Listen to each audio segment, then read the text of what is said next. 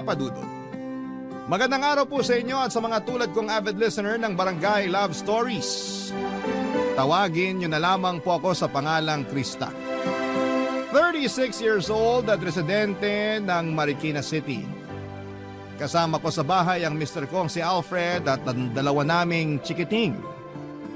Pero hindi po love story namin ang isishare ko. Masasabi ko na 10 years ago ay naisip ko talaga na hindi na ako makakapag-asawa o ni boyfriend man lang dahil wala akong tiwala sa mga lalaki. Pero lagi akong hinihirita ng ate Jennifer ko na subukan ko pa rin daw na makipagkilala para naman magka-jowa na ako.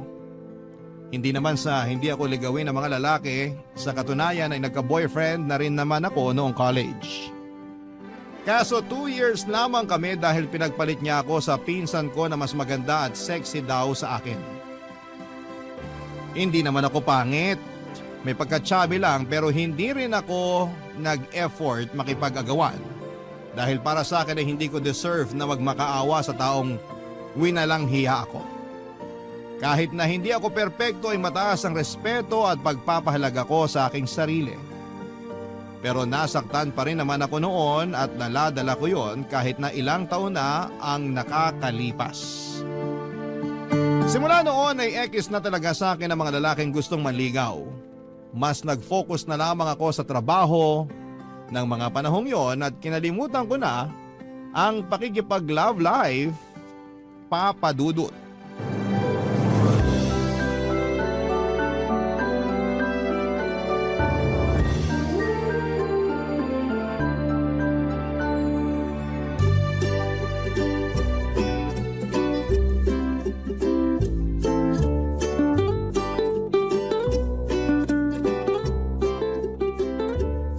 Malapit na ako mag-31.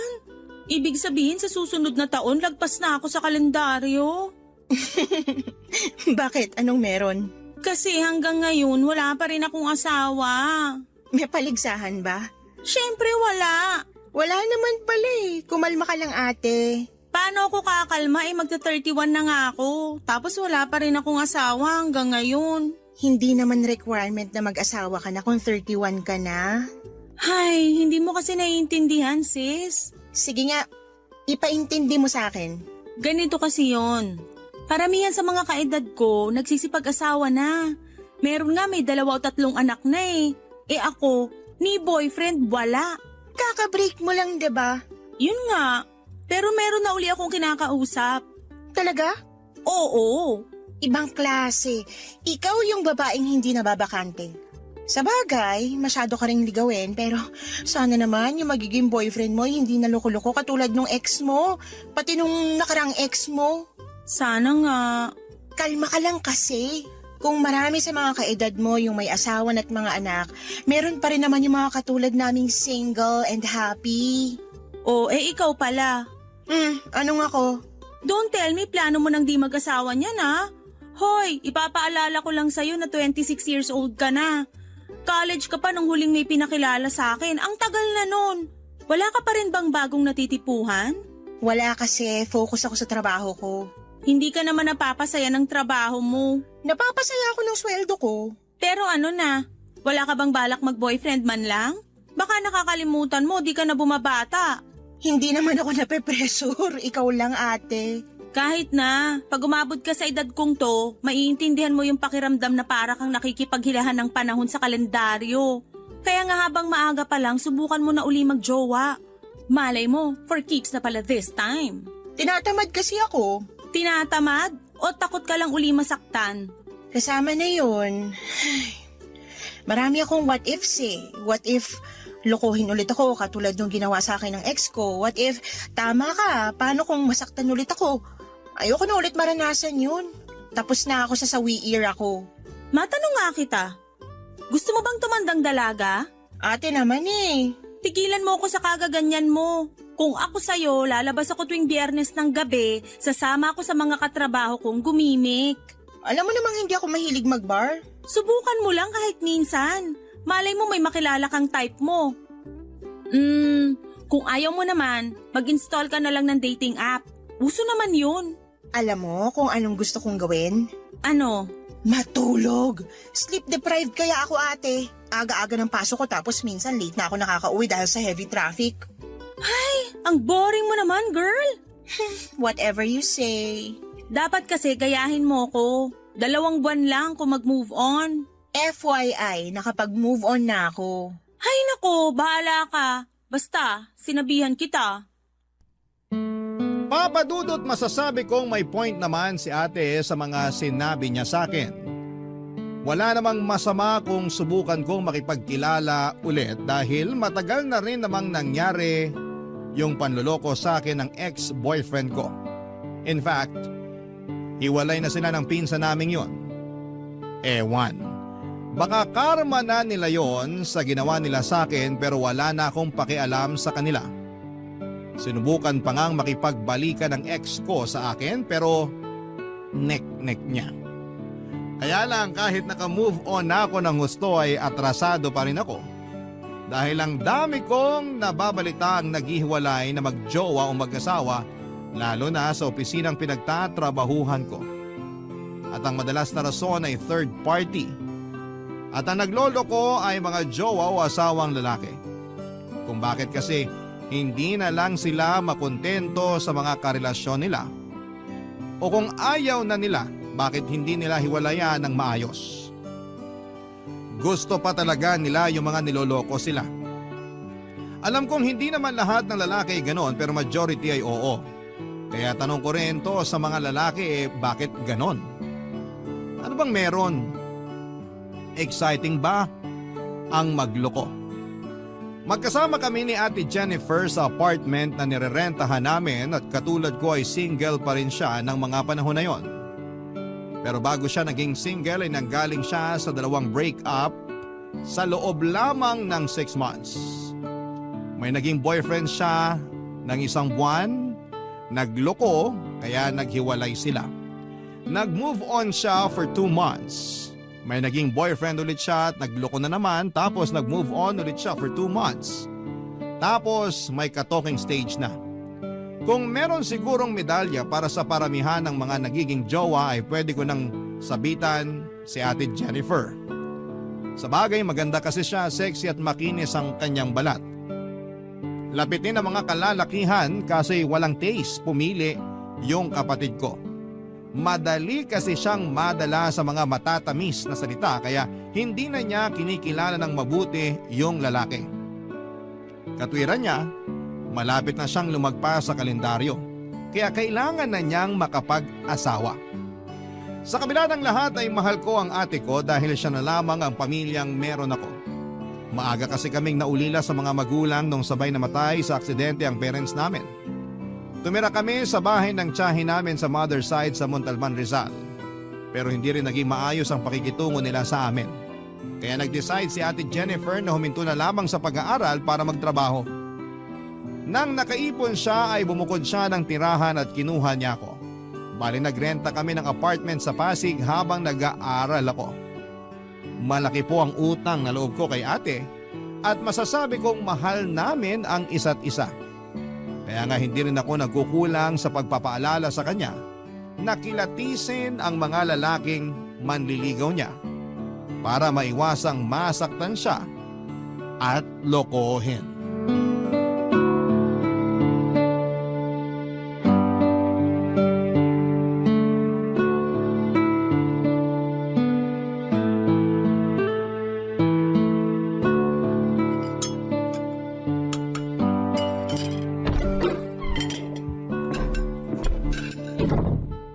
Nandito na ako.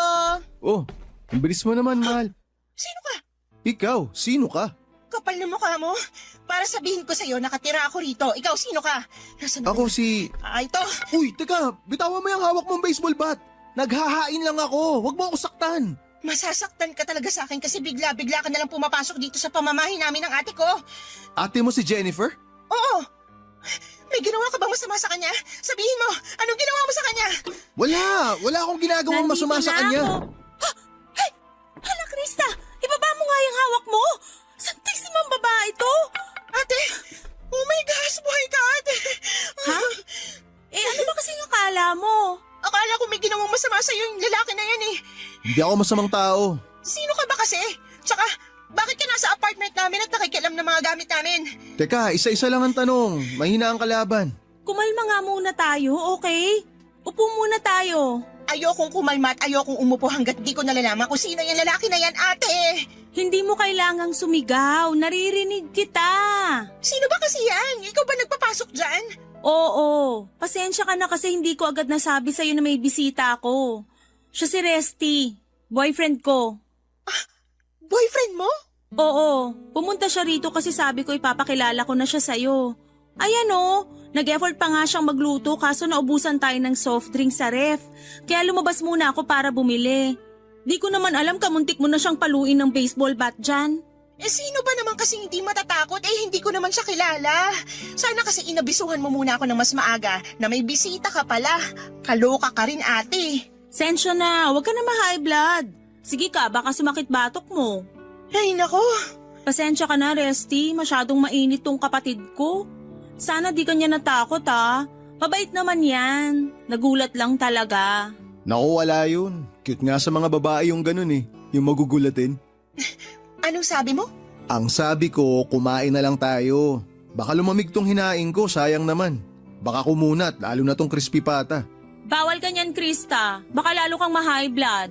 Ewan ko sa'yo, ate. Kasalanan mo naman kung bakit eh. Aba, ako pa nasisi. Ay, pero sorry na kasi. Kumain na lang tayo, medyo nagugutom na rin ako. Ikaw ba, di ka pa gutom? Gutom na rin. Nalipasan na nga ako. Kayo na lang hinihintay ng mga pagkain dito sa mesa. Tara na.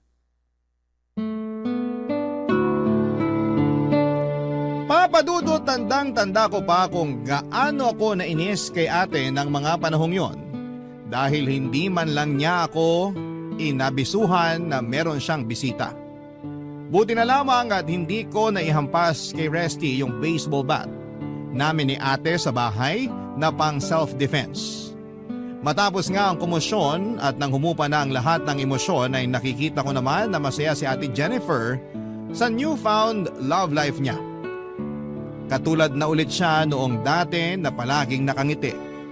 Masaya ako kapag masaya ang kapatid ko dahil deserve naman niyang mahalin at alagaan ng isang lalaki.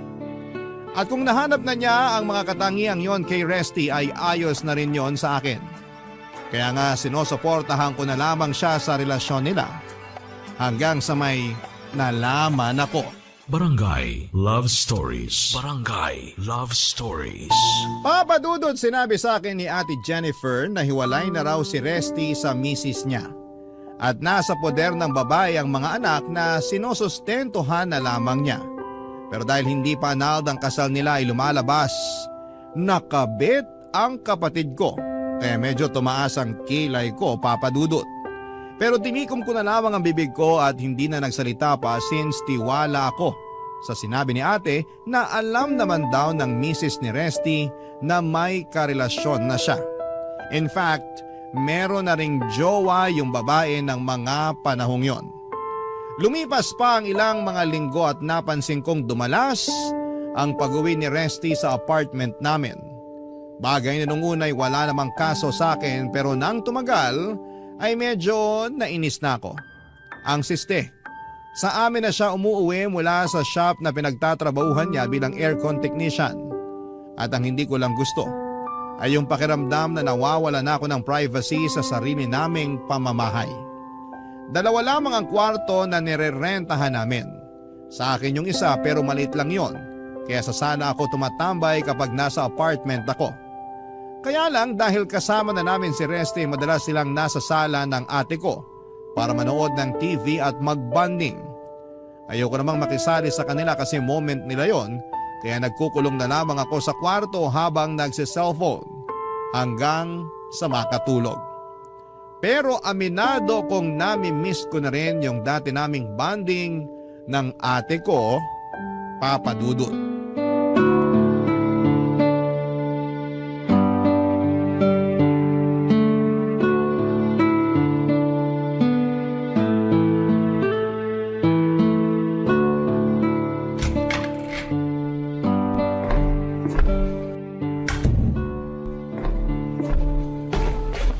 Himala, wala yata si Kuya Resty. Oo eh. Kasama niya yung mga anak niya. Birthday kasi ng panganay nila kaya sineselebrate nila dun sa bahay ng dati niyang misis. Misis niya pa rin yun kasi di pa sila annulled. Saka, sure ka ba talaga na walang sabit yung boyfriend mo? Tingnan mo, imbis kasama mo ngayon nandun sa pamilya niya. Birthday nga kasi ng panganay nila kaya nandun siya. Pagkatapos dun uuwi na rin naman siya. Okay na rin pala na wala si kuya rito kasi namimiss na kita ka, banding. Lagi mo na lang kasi siya kasama, nakakatampo na tuloy. Ay, wag ka nang magtampo. Matagal-tagal din naman tayong magkasama eh. Saka malaki ka na. Baka sign na to para humanap ka ng lalaking makakasama mo rin lagi. Ayun ka na naman. Pipilitin mo na naman ako mag-boyfriend. Masarap kasi magkaroon ng boyfriend, kaya humanap ka na rin. Hindi naman ako naghahanap. Kaya nga maghanap ka na. Sipagan mo kasi may itsura ka naman. Maganda ka, mana ka sa akin. Kaya sigurado ko na meron kang mabibingwit. Hay nako ate, puro ka naman ganyan. Bigla na tuloy akong tinamad na makabanding ka. Ikaw naman, pinapaalalahanan lang naman kita. Masarap kaya sa pakiramdam na magkaroon ng katuwang sa buhay. Paano mangyayari yan kung di ka nakikipagkilala? Huwag ka na kasi matakot. Alisin mo na yung mga what if sa isip mo dahil di lahat ng lalaki katulad ng ex-boyfriend mo. Sa bagay, may point ka rin naman. Masyado ko kasing hinusgahan lahat ng kalalakihan na katulad ng ex-boyfriend ko o ng mga ex mo na manlolokot manggagamit. Basta ako, iniisip ko na lang na kaya kami di nagkatuluyan ng mga ex ko kasi paraan yun ni Lord para ilayo ako sa mga manlolokong katulad nila. Kaya mabilis ako nakaka-move on kasi ayos na rin sa akin. Kung hindi kami nagkahiwalay, di ko makikilala yung Kuya Resty mo. Talagang in love ka sa kanya, no? Oo naman. Para sa akin, siya na yung lalaking gusto kong makasama habang buhay. Ganon kadaling naisip mo yan, wala pa nga isang buwan simula nung maging kayo. Kailangan pa bang mag-isang buwan kami para masabi kong siya na, yung the one for me? Oo naman. Ayan ka na naman sa ugali mong hindi kinikilatis mabuti yung nakakarelasyon tapos sa huli, iiyak-iyak ka eh. Ano pa bang klaseng pagkilatis gusto mong gawin ko kay Resty nung una pa lang naman naging honest na siya sa akin. Sinabi niya na hiwalay siya sa misis niya at may mga anak sila. Para sa akin, green flag yun. Pero nag-aalala pa rin ako kasi wala pa rin kasiguruhan yung pinasok mo eh. Alam mong hanggat hindi pa napapawalang bisa ang kasal nila, hindi kayo pwedeng magpakasal. Alam ko naman yun. Pero naniniwala ako sa sinabi ni Resty na aasikasuhin din niya yung annulment papers nila ng asawa niya. Medyo gipit lang siya ngayon kasi nagsusustento siya sa mga anak nila. Pero pinag-iipunan naman daw niya. Kaya wag ka nang mag-alala. Sana nga, kasi matagal pa naman process ng annulment dito sa atin. Tapos magastos din. Baka lang mainip ka sa paghihintay kung kailan kayo pwedeng ikasal. Pangarap mo pa naman yun, diba? Oo, pero ganun talaga. Alam ko naman tong pinasok ko saka mahal ko eh. Kaya willing to wait ako. Okay, pero wag na muna natin pag-usapan yun. Since tayo lang naman dalawang ngayon, labas tayo para kumain. Libre ko. Talaga? Gusto ko yan. Sakto, nagkikrave pa naman ako ng Korean food ngayon. May alam akong masarap na Korean restaurant, kaya magbihis ka na para makaalis na tayo. Sige, sige. Excited na ako.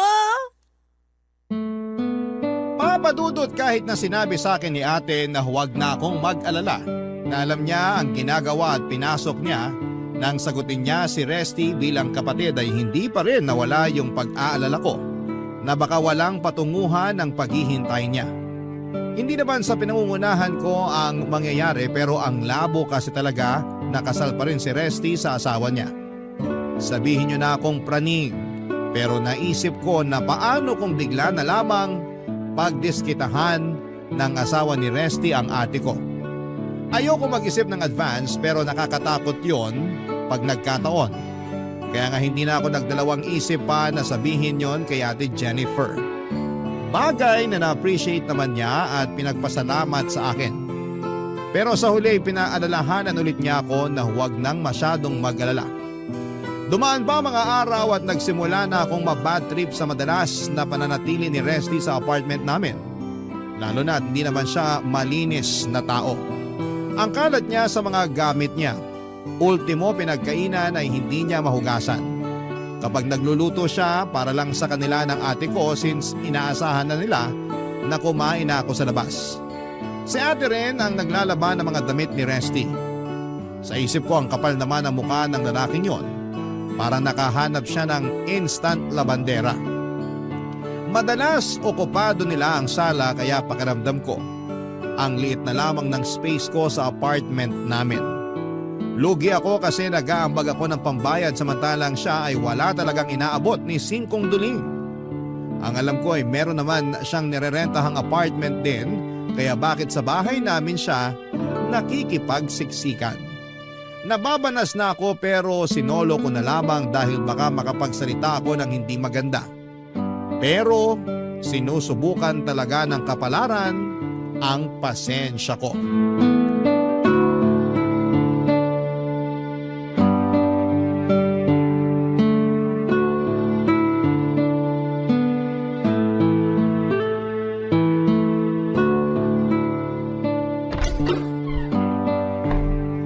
Nandito na ako! O Krista, kumusta? Kuya Resty? Bakit parang nakakita ka ng multo? Ano ka ba? Ako lang to. Hindi ko lang naman kasi expected na nandito ka. Akala ko kasi busy ka sa mga anak mo eh. Tapos na birthday celebration ng anak ko. Nagkataon lang na kinabukasan, may children and parents day sila sa school, kaya pumunta kami ng mama niya. Nasan pala si ate? Lumabas lang, may binili. Ah, okay. Sige, pasok na ako sa kwarto. Teka Krista, sandali lang. Ha? Bakit? Napapansin ko kasi kapag tayong dalawa lang, lagi kang umiiwas. May problema ka ba sa akin? Wala naman akong problema sa'yo, kuya. Sana nga, ganun talaga. Sa amin ng ate mo, sa relasyon naming dalawa, may problema ka ba? Since natanong mo na rin naman, sige, sasagutin ko na. Yung totoo, wala naman sanang problema sa'yo. Sa relasyon nyo, okay kayo ni ate, kumbaga swa kayo sa isa't isa. Nakikita ko naman kung gaano kanya kamahal at ganun ka rin naman sa kanya. Pero naisip ko lang kasi na hindi ba dehado kapatid ko dahil kasal pa kayo ng asawa mo? At may ganyan pa kayong ganap, yung bang kapag kailangan kayo ng mga anak nyo, aakto ulit kayo na parang mag-asawa pa rin. Tsaka, may plano ka bang pakasalan si ate? Kasi kung wala, aba... Sandali, kumalma ka lang. Sorry, nadala lang ako. Naiintindihan ko naman, kaya nga willing akong sagutin mga tanong mo. Pero, pwede bang maupo ka muna? Huwag kang sumandal dyan sa pinto. Tabihan mo ako rito sa sofa. Ha? Hindi na, ayos lang ako dito. Kanina pa ako nakaupo sa opisina eh. Gusto ko naman tumayo muna. Sure ka? Kasi maluwag naman tong upuan, no? Kasyang-kasya yung makurba mong balakang. Anong sinabi mo? Pakiulit nga. Ang sabi ko, ang sexy mo. Pasensya na pero hindi ko gusto yung sinabi mo. Sa totoo lang ang bastos ng dating. Oh, relax ka lang. Hindi naman kita binabastos. Masyado mo lang binibigyan ng kulay yung sinabi ko. Tsaka, bakit ka ganyan? Yung ibang babae nga natutuwa pag sinasabihan silang sexy pero ikaw nagagalit. Kaya siguro wala ka pa ring boyfriend eh kasi... For your information, ibahin mo ako sa mga babaeng sinasabi mo. Ang tawag doon, pagiging conservative. One more thing, walang kinalaman yon kung bakit wala pa akong boyfriend. Personal choice ko yon, kaya wag kang magsalita dyan na parang kilalang kilala mo na ako. Bakit ka ba nagagalit? Pinapaupo lang naman kita. Ibig sabihin nun, concerned ako kasi ayoko mangalay ka dyang kakatayo. At sinabi ko ng ayos lang ako, 'di ba? Sana doon palang tumigil ka na. Uupo naman ako pag nangalay mga binti ko, hindi mo na ako kailangang sabihan, no? Tingin mo sa akin, bata? Grabe ka naman, sobrang init naman ang ulo mo. Hindi mainit ang ulo. Bakit nakaharang ka sa pinto, Krista? Ate, ikaw pala. Dahil nandyan ka naman, tulungan mo na lang ako magbuhat nitong bitbit kong soft drinks. Dami kasi. May promo dun sa pinuntahan kong convenience store kaya bumili na ako ng 2 buy 1 take 1. Grabe naman, parang pang 2 linggong supply natin to ah. 2 linggo ka dyan, pang-4 na araw lang yan. Favorite kaya ng Kuya Resty mo yung soft drinks kaya nga dinamihan ko na. Di ba, baby ko? Oo, baby ko. Lika nga rito, payakap nga ako. Buti pa tong baby ko di masungit. Di tulad ng isa dyan. Papadudot, hindi na nasagot ni Resty yung mga tanong ko sa kanya. Pero wala na akong pakialam pa. Hindi ko na rin kasi nakontrol ang bibig ko kaya napagsalitaan ko na siya matapos niyang magkomento ng ganon. Kahit boyfriend siya ng ate ko ay wala pa rin siyang karapatan kasi hindi naman kami close. Oo, suportado ko ang relasyon nila pero naiilang pa rin ako sa presensya niya. Saka tama ba yung magkomento siya tungkol sa pisikal na katangian ko? Parang hindi niya girlfriend ang ate ko eh. Para sa akin ay napakawalang respeto niya sa ate ko at sa akin mismo. At panghuli ay pagod na akong manahimik pa. Ayokong isipin niya na ayos lang sa akin na pagsalitaan niya ako ng mga ganon dahil hindi lamang ako umiimik. Pero matapos ang pagkakataon na yon, ay hindi pa tumigil si Resty sa pagkomento ng kung ano-anong magagandang katangian na nakikita raw niya sa akin. Lalo na sa katawan ko. Ewan ko kung hindi niya ba naiintindihan yung pagsaway ko sa kanya nung unang beses niyang ginawa yon o sadyang nangaasar lamang siya. Akala niya yata katulad ako ng ibang babae na madadala sa mga papuri. Tulad ng sinabi ko ay mataas ang respeto at pagpapahalaga ko sa sarili ko. Hindi ko kailangan ng validation mula sa ibang tao. Lalo na sa kanya. May pagkakataon na namamanyakan ako ng sobra sa tingin niya at nahuli ko pang dinidilaan niya ang labi niya matapos akong sabihang sexy at malaman daw ang puwetan. Kaya nga nag-decide akong sabihin yon sa ate ko. Pero hindi ko akalain, Papa Dudut, nasasabihan niya ako ng filingera at mang-aakit ng boyfriend ng my boyfriend. Barangay Love Stories. Barangay Love Stories. Papa Dudut, masakit po sa akin na sabihang filingera at mga akit ng ate ko lalo pat walang katotohanan ng mga sinasabi niya laban sa akin. Bukod sa hindi ako ganong klase ng babae ay mahal ko ang ate ko at hindi ko siya kayang saktan ng ganon at higit sa lahat ay hindi ko tipo yung mga lalaking malisyosong tulad ni Resty. Kung hindi lang ako nasaktan, nainis din ako kaya hindi lang ako nasaktan, nainis din po ako at nainsulto. Yun kasi ang unang beses na nagsalita ng ganon sa akin si Ate Jennifer at ni sa hinagap ay hindi ko naisip na posible kaming mag-away dahil lamang po sa isang lalaki. Kaya nga napansin ko na lamang na ang lapad ng ngisi sa akin ni Resty pagkatapos ng usapan namin yon ni ate. Siguro'y expected niyang hindi ako kakampihan ng ate ko kasi na-brainwash na niya. Nanggagalaiti ako ng araw na yon pero pinakalma ko pa rin ang sarili ko. Baka kasi lalong lumala ang iringan namin ng kapatid ko nang dahil lamang sa boyfriend niya. Kaya lalo ako nag-set ng boundaries. Hindi na ako nakikipag-usap sa kanilang dalawa kapag nasa apartment ako. Hindi na rin ako lumalabas ng kwarto at madalas ay nagpapalipas ako sa place ng friends ko para lamang hindi sila makitang dalawa. Pero isang gabi habang natutulog ako sa kwarto ng apartment namin, ay bigla na lamang akong nagising, Papa Dudut.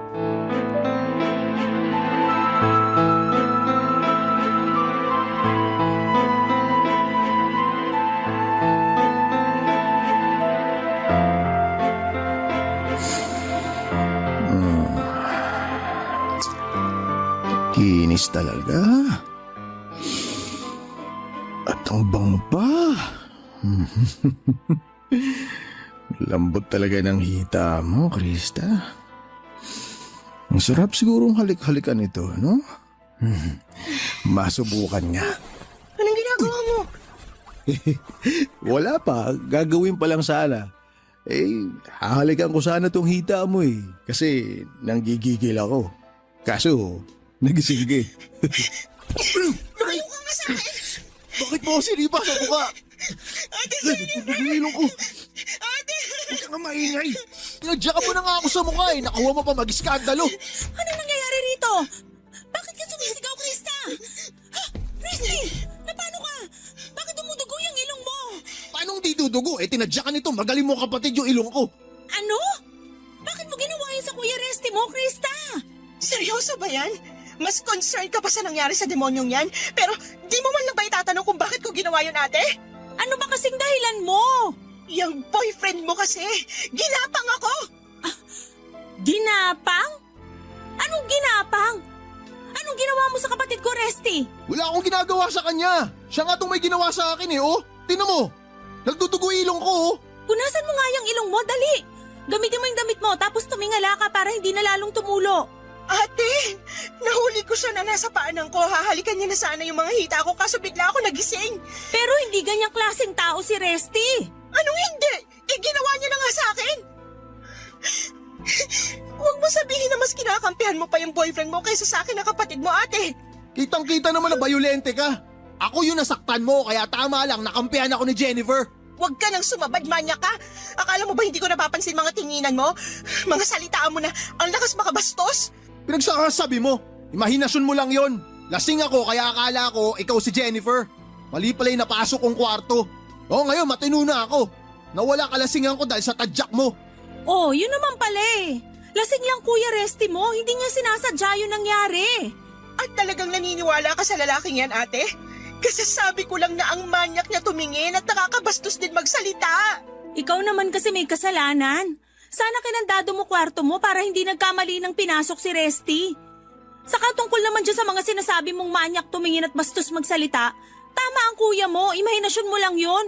Baka akala mo lang gusto ka ng boyfriend ko kaya nag-iimbento ka na lang dyan. Ate Jennifer naman! Ako yung agrabyado dito. Ako yung kapatid mo kaya ako dapat yung kampihan mo. Hindi sa lahat ng pagkakataon kakampihan kita. Saka wag kang ang feeling agrabyado dyan. Simpleng issue pinapalaki mo. Simpleng iso ba yung muntik na akong gahasain ng boyfriend mo? Hoy, malaking paratang yan ha. Hindi kita pinuwersa o kung anuman. Hindi ka rin nasaktan. Kaya saan ang galing yung sinasabi mo? Tsaka bakit naman kita pag-iinteresan? Hindi naman kita gusto. Baka akala mo may gusto ko sa'yo. Hoy, nagkakamali ka para sabihin ko sa'yo, loyal ako dito sa ate mo. Kapal talaga ng mukha mo! Ikaw ang makapal ang muka. Tama naman si Resty, akala mo may gusto siya sa'yo pero ang totoo, ikaw ang may gusto sa kanya. Ate naman! Akala mo di ko napapansin mga panakaw mong tingin sa boyfriend ko? Wala akong gusto sa boyfriend mo. Hindi ako naniniwala sa'yo. Nung una pa lang sinabihan na kita na humanap ka ng iyo at wag na wag mong agawin yung akin. Napakalandi mo! Papadudot, nagkapatong-patong na lamang ang lahat ng tampo at sama ng loob ko kay Ate Jennifer at sumabog na nga ng gabing yon. Sino ba naman kasing matinong kapatid ang kakampihan ng karelasyon niya na muntik ng pagsamantalahan ng kapatid niya? Kaya nga sobra ang galit at dismayado ko ng husto kay ate dahil sa ginawa niya sa akin. Pakiramdam ko ay nawala na ako ng kakampi at tagapagtanggol sa sarili naming pamamahay. Takot na takot ako ng gabing yon kaya hindi rin ako nakatulog ng mas maayos. Kinabukasan ay kinausap nila ako at tumingin ng tawad si Resty dahil hindi naman daw niya talaga sinasadya. Lasing siya kaya hindi niya napansin na kwarto ko yung napasok niya. Nasa impluwensya lamang siya ng alak at bahagyang nawala sa sarili. Pinagsabihan din ako ni ate na kung ikinandado ko raw ang kwarto ko ay hindi makakapasok doon ng boyfriend niya. Akala ko ay magsusorry si ate Jennifer sa mga sinabi niya sa akin nung nakaraang gabi pero nagkamali ako. Mukha silang napilitan lamang na kausapin ako kaya nasabi ko sa sarili ko na hindi na talaga ako dapat magtagal sa apartment namin. Ang masakit lang ay mukhang ako talaga ang dapat umalis dahil apartment yon ng ate ko. Hindi nga ako nagkamali dahil nung sumunod na araw, kinausap ako ni ate Jennifer para sabihin kailangan ko ng bumukod kasi may plano na silang magsama ni Resty ng permanente. Hindi na ako nakipagtalo pa dahil pagod na ako. Sa halip ay sumang-ayon na lamang ako at mabuti na lang dahil una nang inalok sa akin ng kaibigan kong babae na samahan ko siya sa nirerentahan niyang kwarto dahil mag-isa lamang naman siya doon. Umalis ako sa amin kahit na malaki pa rin ang tampo ko kay ate Jennifer. Hindi ko pa rin kasi matanggap na mas pinili niya ang Resty na yon kesa sa akin na sarili niyang kapatid. Mabilis na lumipas ang 3 buwan. Nagkabati na rin naman kami ni ate. Nawala na rin yung tampo ko sa kanya lalo na nung nag-reach out siya sa akin para humingi ng tawad after 2 months. At kahit late na niyang na-realize yun ay hindi ko rin naman siya natiis.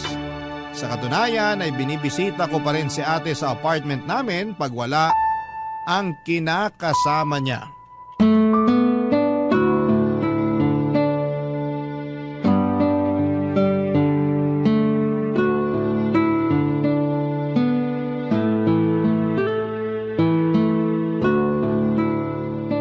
Belated happy birthday, ate. Pasensya ka na kung hindi ako nakapunta sa actual birthday mo, ah. Busy kasi sa trabaho, eh. Okay lang naman. Ayoko ring makaabala sa'yo. Hindi ka naman abala. Saka, expected ko na masaya ka naman nung araw na yun kasi kasama mo si Kuya Resty. Yung totoo? Iyak lang ako ng iyak nung birthday ko. Ha? Bakit? Ano nangyari? Yung kuya mo kasi, nahuli kong nambababae. Ano? Ang kapal naman ng mukha niya. Sino yung babaeng yon? Kilala mo ba? Oo, syempre. Yung misis niya. Oh my gosh! Nabasa ko kasi usapan nila sa text message. Ang sweet nila tapos nagpaplano pa sila ng bakasyon kasama mga anak nila. Mukhang nagkabalikan na sila. Kaya nanlalamig na siya sa akin. Yan na nga bang sinasabi ko. Loko talaga yung boyfriend mo. Hindi ko na siya boyfriend. Nakipaghiwalay na ako sa kanya last night lang. Pinalayas ko na rin siya rito sa apartment ko kaya ako na lang uli mag-isa rito. Ganun ba? Pasensya ka na, ate. Nakakagulat pa rin kasi akala ko talaga wala na siyang feeling sa misis niya, tapos biglang meron pa pala. Akala ko rin eh. Pero nung kinumpronta ko siya, sabi niya sa akin na may mga na-realize daw siya. Di ko na inalam kung ano kasi baka sumakit lang ulo ko. For sure, sasabihin lang niya na mas mahal niya talaga asawa niya. Kaya gusto niya uli na magkabalikan sila. Akala ko ba may jowa rin yung asawa niya? Nalaman daw niya na ginagamit lang nito yung lalaki para pagselosin siya. Ay, wow! Ang romantic naman. Kaya nga eh. Nakakabwisit, diba? Hindi lang nakakabwisit, nakakagigil din. Grabe ha, sarap suntukin sa mukha. Buti na lang talaga wala na siya rito sa apartment mo. Oo nga eh. Nalulungkot lang ako kasi mahal ko na siya. Tapos umasa ako na may future kami pero mukhang tama ka. Wala at hindi rin naman niya ako ganun kamahal. Ang mali ko lang masyado kong nabulag sa nararamdaman ko sa kanya. Mas pinili ko pa nga siya sa'yo na sarili kong kapatid eh. Sorry talaga, Krista.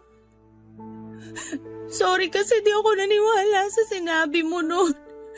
Dapat ako yung nagtanggol sa'yo kasi ate mo ko, kaso hindi. Pinagbintangan pa kita at sinabihan ng kung ano-anong masasakit na salita. Tapos pinalis pa kita sa apartment natin para lang makasama ko yung mokong na yun. Nakaraan na yun, ate. Tsaka, napatawad na rin kita. Hindi naman kita kayang tiisin kasi mahal kita eh. Nahihiya pa rin ako sa'yo kasi hindi ako naging mabuting ate. Lahat naman nagkakamali. Oo, nagalit ako sa'yo noon pero mas magaan pa rin sa loob ko yung patawarin ka. Sana lang, di na maulit yun sa mga susunod mo pang makakarelasyon kasi baka masabunutan talaga kita. Buti na lang talaga hindi ako ganun kamaldita nung gabing yun. Pero sana sinabunutan mo na lang ako para nagising ako sa kahibangan ko nung gabing yun. Pero naisip ko sana yung boyfriend mo na lang sinabunutan natin eh, para nadagdagan sugat niya sa ilong.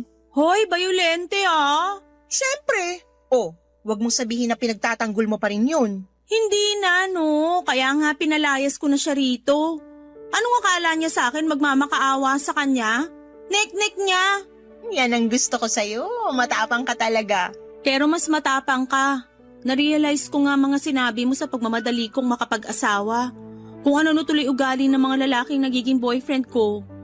Dapat kasi kinikilala ko munang mabuti, hindi ako nagmamadali para iwas din sa pagkakamali. Apply mo na lang yan sa susunod para hindi ka na masaktan. Sige, pero saka na yon, ayoko munang mag-boyfriend. Wow, may lagnat ka ba? Wala naman, bakit? Bago kasi yan sa pandinig ko eh, yung ayaw mo na munang mag-boyfriend. Not so you. Ewan ko sa'yo. Basta. Salamat kasi pinatawad mo ko.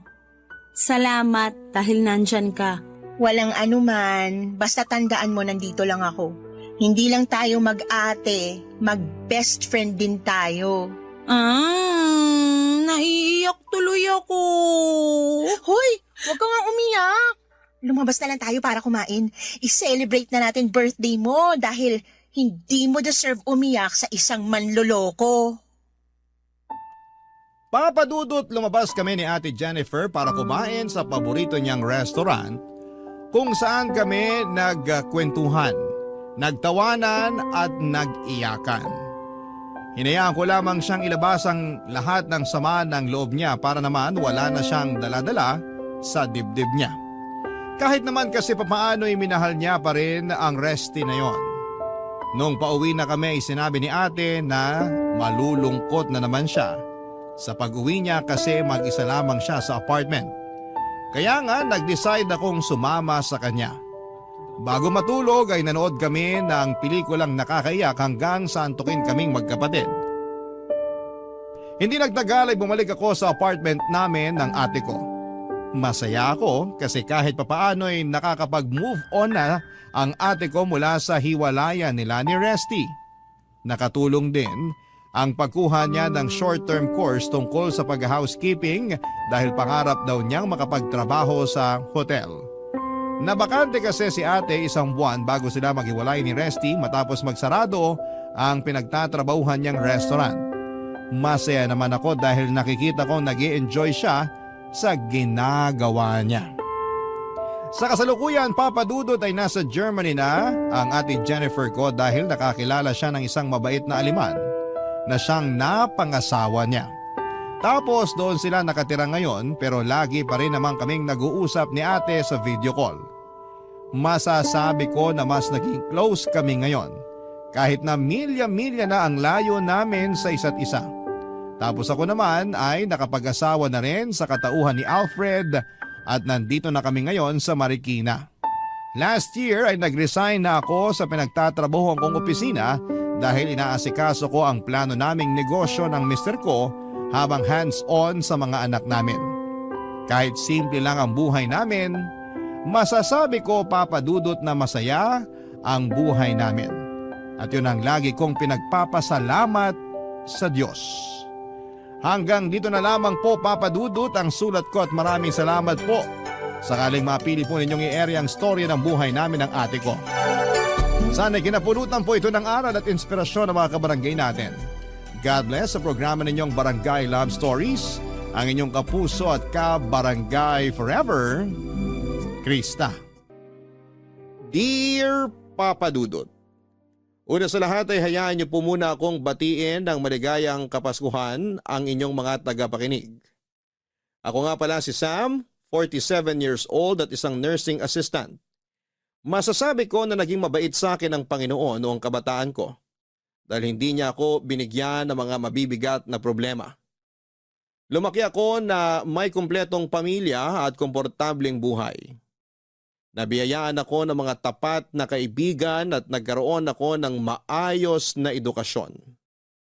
Halos perpekto na ang buhay ko noon dahil pati sa love life ay sinuwerte ako. High school pa lamang ako noon nang nakilala ko ang asawa kong si Geneva.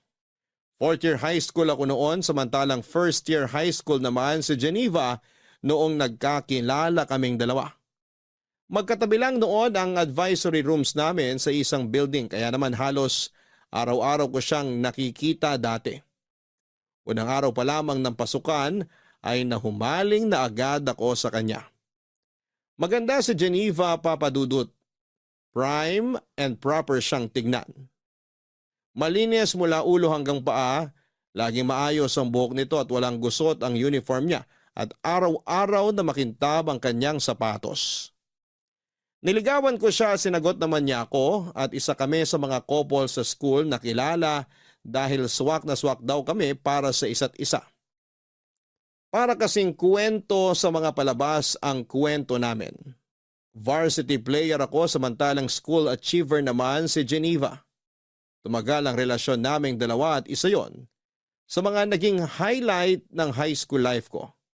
Kaso sa kasamaang palad ay naging magulo ang relasyon namin ni Geneva nung pumasok na ako sa college.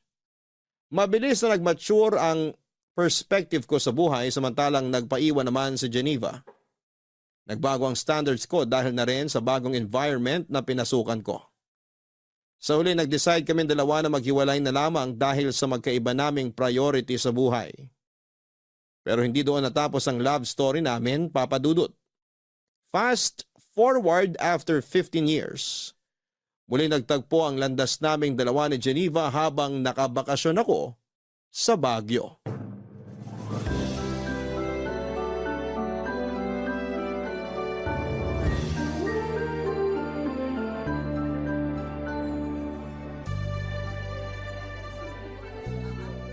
Excuse me, kuya. Pwede po ba magpakuha ng picture? Picture? Sure, sige. Teka, Geneva? Oh my gosh! Sam! Ako nga. Uy, kumusta ka na? Okay naman! Heto, office girl na. Grabe, long time no see ah. Tagal na rin pala, no? Nung uli tayong nagkita. Oo nga, high school pa ako nun eh. 10 years nang mahigit. Tama ba? 15 years to be exact. Ang galing. What are the odds na dito pa talaga tayo sa Baguio magkikita? Nakakatuwa nga eh. Kumusta ka na? Mabuti naman ako. Lisensyadong nurse na at gabi-gabing pagod. Ang galing!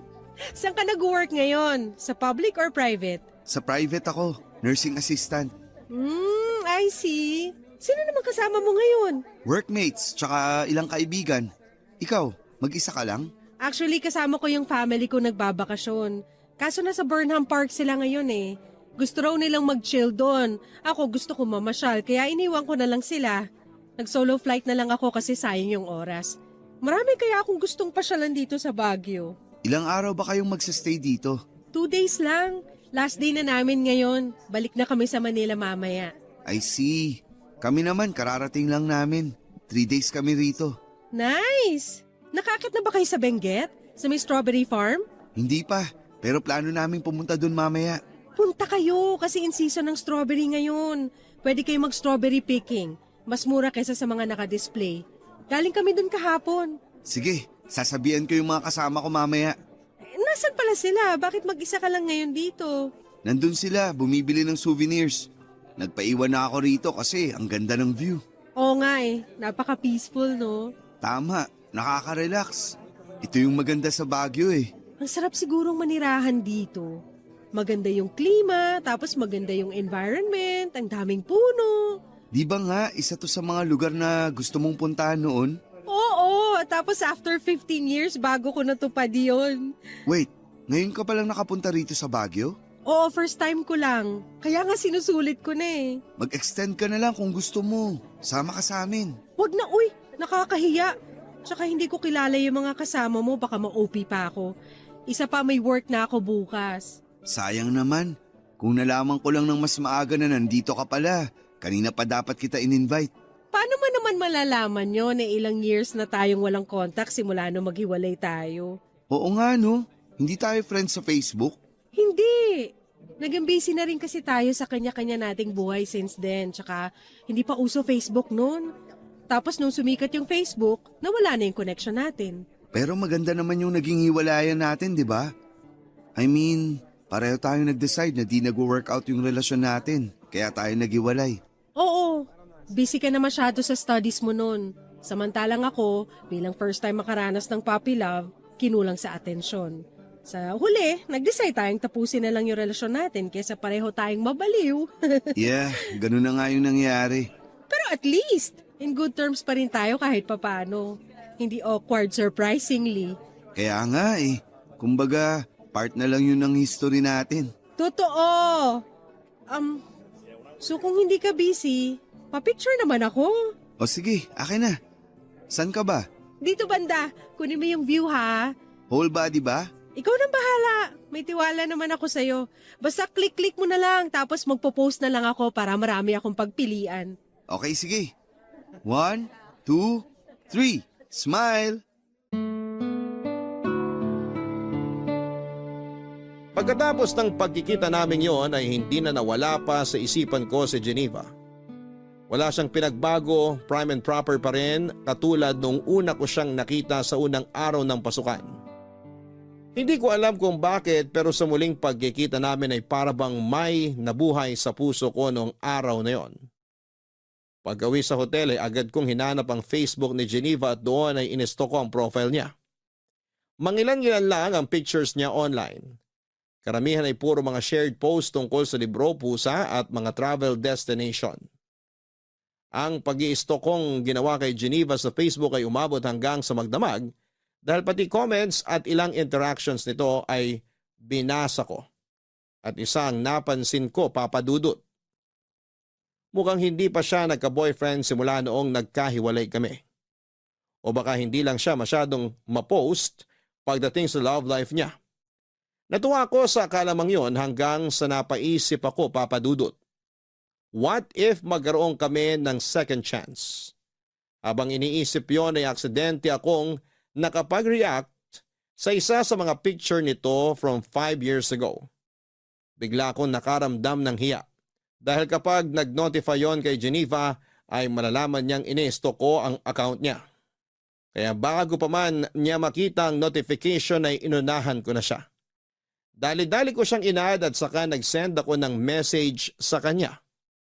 After 5 minutes ay inaccept niya ang friend request ko at nag-reply sa message ko. Pauwi na raw sila that time at sakto ang message ko dahil bored daw siya sa biyahe. Nang gabing yon ay nakapag-usap kami hanggang inabot kami ng umaga. Doon na po nagsimula ang reconnection naming dalawa ni Geneva. Pagkabalik ko sa Metro Manila ay hindi na ako nagpatumpik-tumpik pa at agad ko siyang in-invite para sa isang date, Papa Dudut.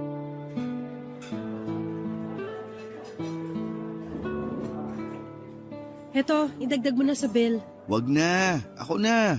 Total ako naman yung nag-invite for dinner. Hindi, I insist. Hati na lang tayo sa gastos. Pagbigyan mo na ako kahit ngayon lang. Ikaw na lang taya sa sunod.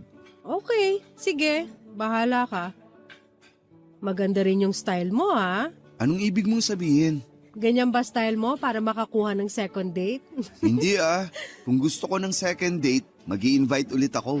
Hindi ko nahihintayin na yung babae ang mag-aya ng date. Bakit? Gusto mo ba ng second date? Wala namang kaso sa akin kahit ilang dates pa yan. Single naman ako eh. Ikaw, baka may problema sa'yo. Baka mamaya may girlfriend ka pala dyan tapos nakikipag-date ka pa sa ibang babae. Don't worry, wala akong girlfriend. Bakit naman? Ewan ko, baka napagod na rin ako sa dating scene. Hirap mag-alaga ng relasyon eh, lalo na kung di naman nag-work. Minsan, akala mo compatible kayo ng partner mo, pero pagtagal, marirealize mo na hindi pala kayo swak. Well, part yun ng pakikipag-date eh. Trial and error, kumbaga. Kung hindi nag-work, wala kayong magagawa. Pero for me, nasa pag-aalaga yan ng dalawang tao. Kung hindi nyo kayang alagaan yung relationship nyo, hindi talaga kayo mag-work. Kaya nga sabi nila, huwag kang pumasok sa relasyon kung hindi ka pa ready. Kasi sa relasyon, give and take yan. Hindi pwede yung isa lang yung nagmamahal. Hindi pwede yung isa lang yung nag-e-effort. Parang pagsasayaw lang din yan. Para magkaroon kayo ng rhythm, kailangan nasa parehong tempo kayo. Parang ang lalim naman ng pinanghuhugutan ng mga sinabi mo. May failed experiences na rin naman ako pagdating dyan. Kaya marami na rin ako natutunan. Heartbreaks make your heart stronger. Sabi nga nila, kailangan mo magkamali para matuto. Kailangan mo masaktan para sa susunod, mas magiging maingat ka na sa mga bagay-bagay. Totoo rin naman. Pero minsan, meron din namang mga pagkakamali na kaya pa ring ayusin eh, di ba? Oo, lahat naman ng pagkakamali pwedeng ayusin. Katulad na lang nung nasa high school tayo. Marami tayong pagkakamali sa relasyon natin nun, kaya hindi nag-work. Bata pa kasi tayo noon. Hindi pa natin alam yung mga ginagawa natin. Pero pwede pa kaya natin yun ayusin? Ayusin? Ano pa nga ayusin natin dun? Matagal na yun. Hindi, I mean, may chance pa ba na, alam mo na, single ka, single ako. So, Nagpaparamdam ka ba ulit? pwede pa ba? Na-try natin ulit? Bakit naman hindi? Katulad nga ng sinabi mo, pareho tayong single. Basta ba itong gagawin natin, sigurado na. Hindi yung susubok tayo ulit tapos kapag hindi nag-work, titigil agad. Ganun yung nangyari sa atin nun eh. Iba na ngayon, Geneva. Nag-mature na tayo. Iba na ang tingin natin sa mundo. Siguro naman hindi na mauulit yung nangyari noon. Tignan natin. Huwag nating madaliin para wala nang pagkakamaling mangyari. Sige, agree naman ako sa sinabi mo. So, since pumayag kang ligawan kita ulit, paano ba yan? Mas mapapadalas na ang date natin. Walang problema sa akin basta share tayo sa gastos, okay lang. Bakit naman? Ayaw mong nililibre ka? Ayoko nung binibaby ako eh. Kaya ko naman ang sarili ko. Ayoko yung mindset na porket babae ako, kailangan ako yung inaalagaan. Wala dapat yan sa gender eh. Lalaki man o babae, dapat inaalagaan talaga. Gusto ko may fair treatment sa relasyon. Dapat na i-reciprocate lahat yung efforts. Wow! Hindi ko yan kakalimutan. Isa sa puso ko yung sinabi mo. Kaya sa susunod na date natin, ako naman magde-decide kung saan at kailan since ako ang magbabayad. Sure, ikaw bahala. Kung ano yung mga bagay na ayaw at gusto mo, sabihin mo lang sa akin. Huwag ka mag-alala. Mas vocal na ako ngayon kaysa noon. Which is a good thing naman. Ano, tara na? Baka matraffic pa tayo sa daan. Sige, ihatid na kita. Thank you. Papadudot willing naman si Geneva na subukan ulit naming buhayin ang dating relasyon namin na hindi nagtagal dahil masyado pa kami mga bata noon. Pareho naman kaming single noong time na yon kaya wala naman sigurong masama kung bubuksan ulit namin ang mga puso namin para sa isa't isa. Sa loob ng 2 buwan ay niligawan ko si Geneva hanggang sa napasagot ko siya sa pangalawang pagkakataon. Maraming pinagkaiba ng naging relasyon namin noong time na yon kumpara noong bata pa lamang kami. Noong nasa high school pa lamang kami ay parang nangangapa pa si Geneva dahil first time lamang niyang magkaroon ng boyfriend. Ako naman dahil bata pa ay hindi rin ako gaanong nagseryoso pagdating sa pag-ibig. Pero that time noong nagkabalikan kami matapos ang mahabang panahon, ay di hamak na mas nag-mature na ang pagtingin namin sa mundo.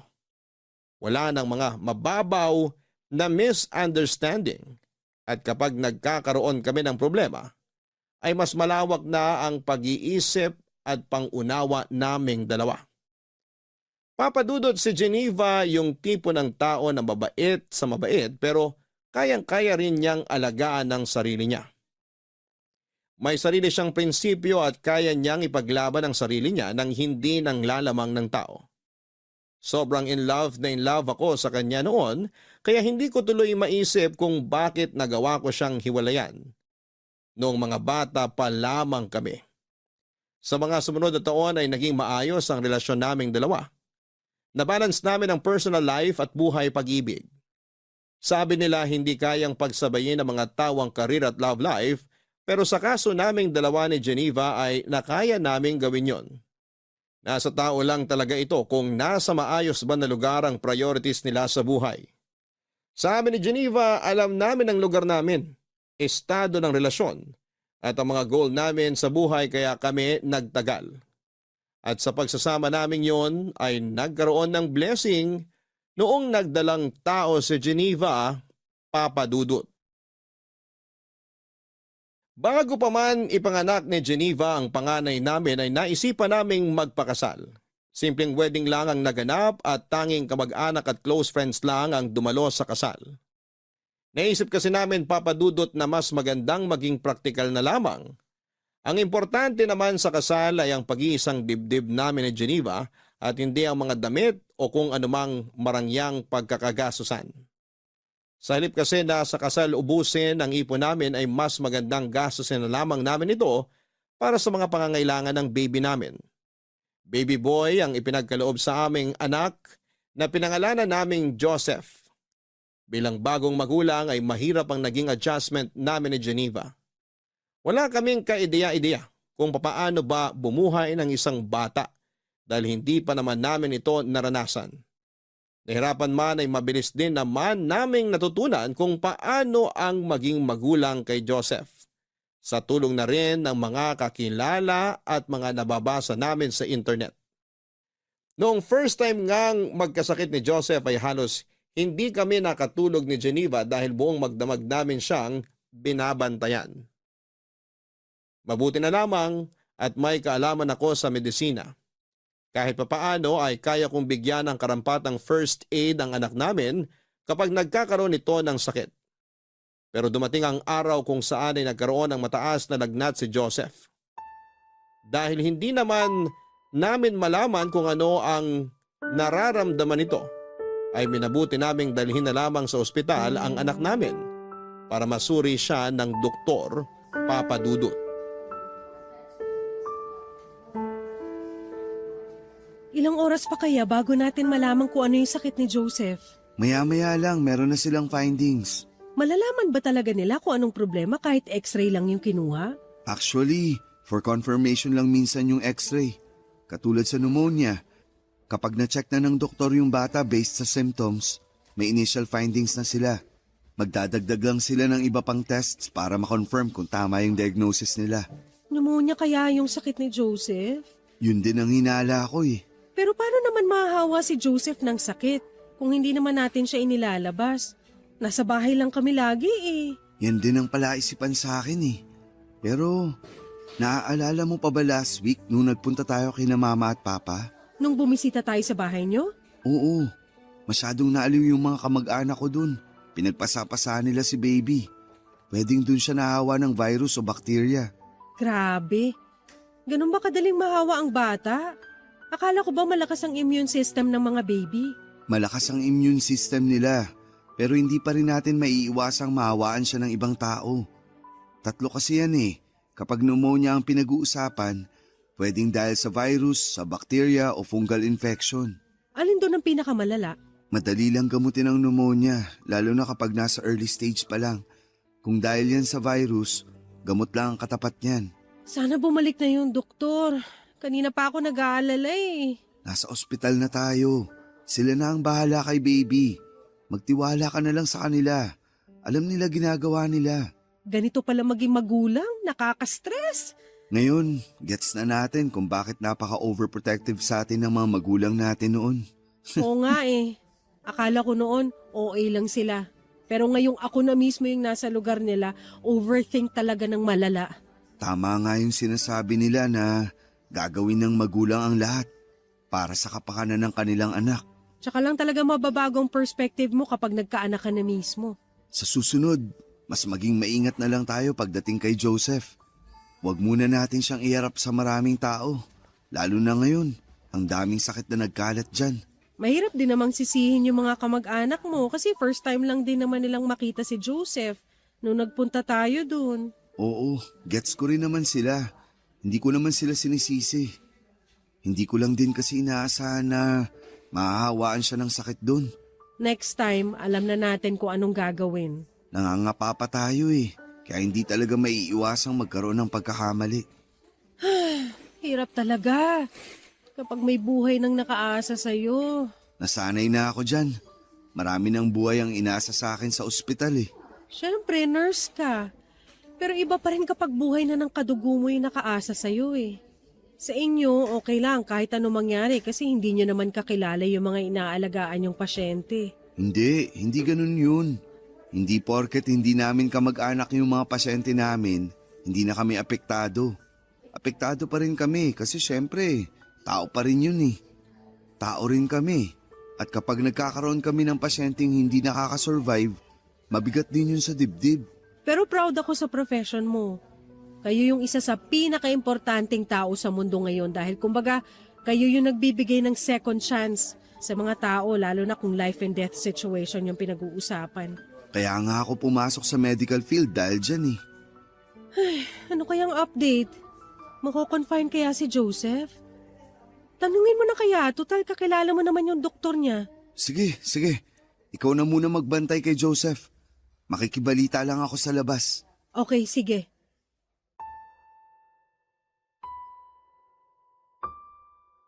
Lumabas na pneumonia nga ang sakit ng anak namin, Papa Dudut. Agad naman siyang ginamot ng doktor at mabilis na bumaba ang lagnat nito. Pagka-discharge ay niresetahan kami ng gamot para ipagpatuloy ito sa bahay. Akala namin noon ay magiging okay na ang bata dahil malaki ang tiwala ko sa doktor na tumingin sa kanya. Pero sa mga sumunod na araw ay biglang bumalik ang lagnat nito at mas lumala pa ang estado ni Joseph. Overnight ay bigla itong nahirapang huminga at nagsimulang magsusuka. Mataas din ang heart rate niya at nung nagsimulang mag-iba ang kulay ng balat nito ay itinakbo na namin siya kaagad sa ospital. Pagdating sa ospital ay natagalan pa bago natignan si Joseph dahil tinawagan pa nila ang doktor nito. Wala pang isang oras ay ibinalita na sa amin ng doktor na papunta na pala sa septic shock ang bata. Ginawa raw nila ang lahat ng makakaya nila pero sa huli binawian na ng buhay si Joseph. Noong time na yon ay ayaw mag-sink in ang balitang yon sa isipan ko. Sobrang in denial ako dahil nitong nagdaang araw ay okay na ang baby namin. Sa sobrang pagkabigla ay parang tumigil ang mundo ko. Hindi nag-function ang utak ko at saka ko na lamang na-realize na totoo nga ang nangyari noong nakita kong halos mapaupo na sa sahig ng ospital si Geneva habang umiiyak. Papadudot 8-month-old lang si Joseph noon at nangyari ang pagkamatay niya 3 araw bago magpasko.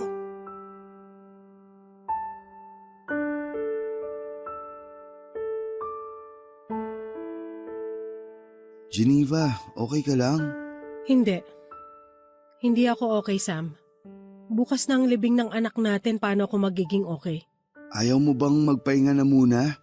Maaga pa tayo bukas. Hindi ako pagod.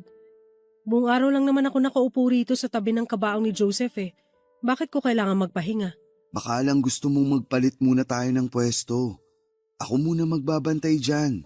Para kung gusto mong mag-unat ng katawan o kumain, maligo, matulog. Ilang araw ka ng puyat eh. Hindi ako aalis dito. Hindi ko iiwan ang anak ko. Geneva. Ano bang gusto mong gawin ko, Sam? Hayaan mo na muna ako rito.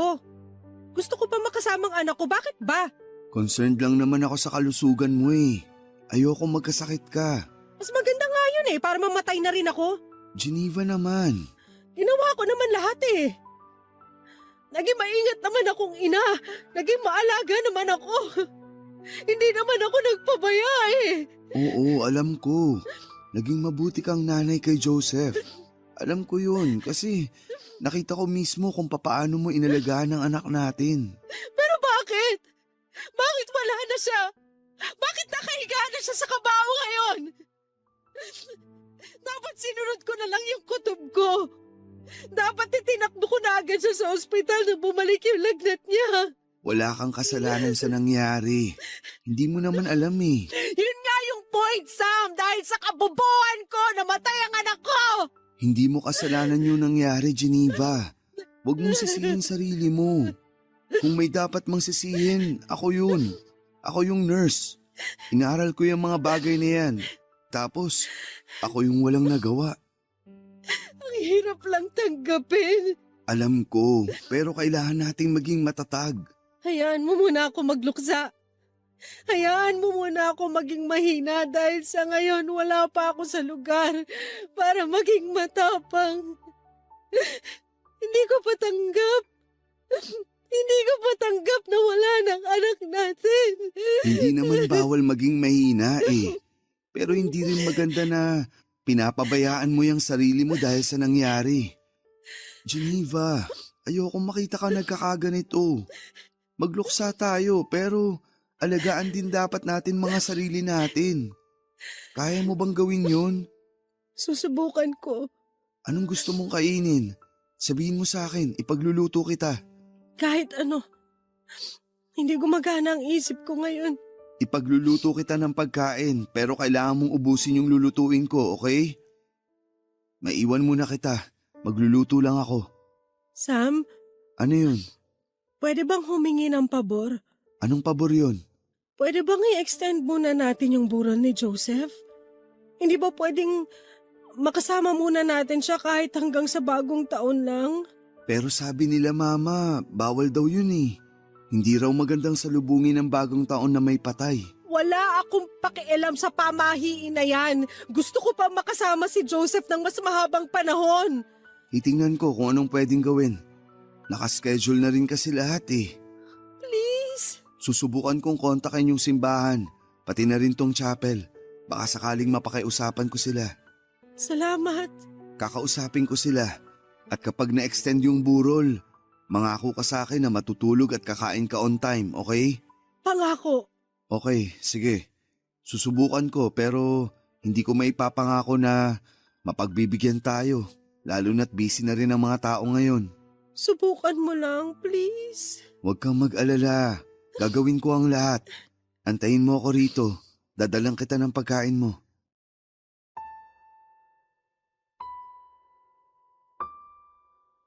Malaki ang naging epekto ng pagkawala ni Joseph sa relasyon naming mag-asawa, Papa Dudut. Para bang sa mga sumunod na buwan ay hindi na namin na-enjoy ang buhay. Noong nagbagong taon nga ay sa halip na mag-celebrate ay natulog na lamang kami ng maaga. Hindi kaya ng puso naming salubungin ang bagong taong wala na ang anak namin.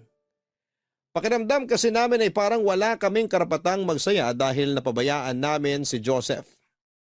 Mabuti na lang at noong oras na yon, na sobrang napanghihinaan kami ng loob ng asawa ko ay nandoon ang mga kamag-anak at kaibigan namin na naging sandalan at suporta namin sa aming pagluluksa.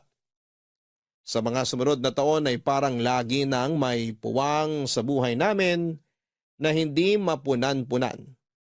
Hindi namin namamalaya na dahil sa nangyari ay unti-unti na naming napabayaan ni Geneva ang pagsasama namin. Ang bawat araw ay naging mabagal. Saka na lang kami napapanatag tuwing natutulog kami dahil yon lang yung time na hindi namin nararamdaman ang sakit ng pagkawala ng anak namin. Pero tuwing gumigising kami, agad din kaming binabalot ng lungkot. Matagal bago namin natanggap ang katotohanan na matagal bago namin napatawad ang mga sarili namin. Sa mga panahon na nagluluksa kami, ay nalayo ang loob sa akin ni Geneva. Nagbago ang ugali nito. Naging malungkutin siya at tahimik at doon ko napansin na nagpatuloy ang pagkasira ng pamilya namin simula noong namatay si Joseph, Papa Dudut. Dahil sa mababang moral naming pareho ni Geneva, napabayaan namin ang buhay namin bilang mag-asawa. Parang bumabangon na lamang kami para gawin ang mga dapat gawin. Ako mismo ang nakasaksi kung papaano unti-unting nawala ang ningning sa dating masayang mga mata ng asawa ko. Inamin sa akin ni Geneva na para bang wala na raw purpose ang buhay niya. Trabaho niya ang maging ina sa anak namin pero hindi man lang daw niya nagawa yon ng maayos. Siyempre, Papa Dudut, hindi ko hinayaang ganon ang maramdaman ni Geneva. Araw-araw kong pinapaalala sa kanya kung gaano siya kabuti at kagaling na ina. Walang may gusto sa nangyari at kahit anong pagsisisi pa ang gawin namin ay hindi na nito may babalik pa ang buhay ni Joseph. Kung sabayan ko si Geneva sa kanyang kalungkutan ay hindi maghihilom ang mga sugat namin. Kaya ako na ang kusang bumangon para tulungang makatayo at makabalik sa dati ang asawa ko. Bilang padre di pamilya, ayoko maging ang asawa ko ay mawala sa akin kaya ginawa ko ang lahat para sabay naming magamot ang sugat sa pareho naming puso. Ipinangako ko sa sarili ko na hindi ko hahayaang hilahin kami pababa ng trahedyang nangyari sa buhay namin. Ako ang nagsilbing motivation ni Geneva para magsimula ulit at hindi ako pumayag na hindi ko may babalik ang dating Geneva na malakas, matapang at puno ng positibong pananaw sa buhay.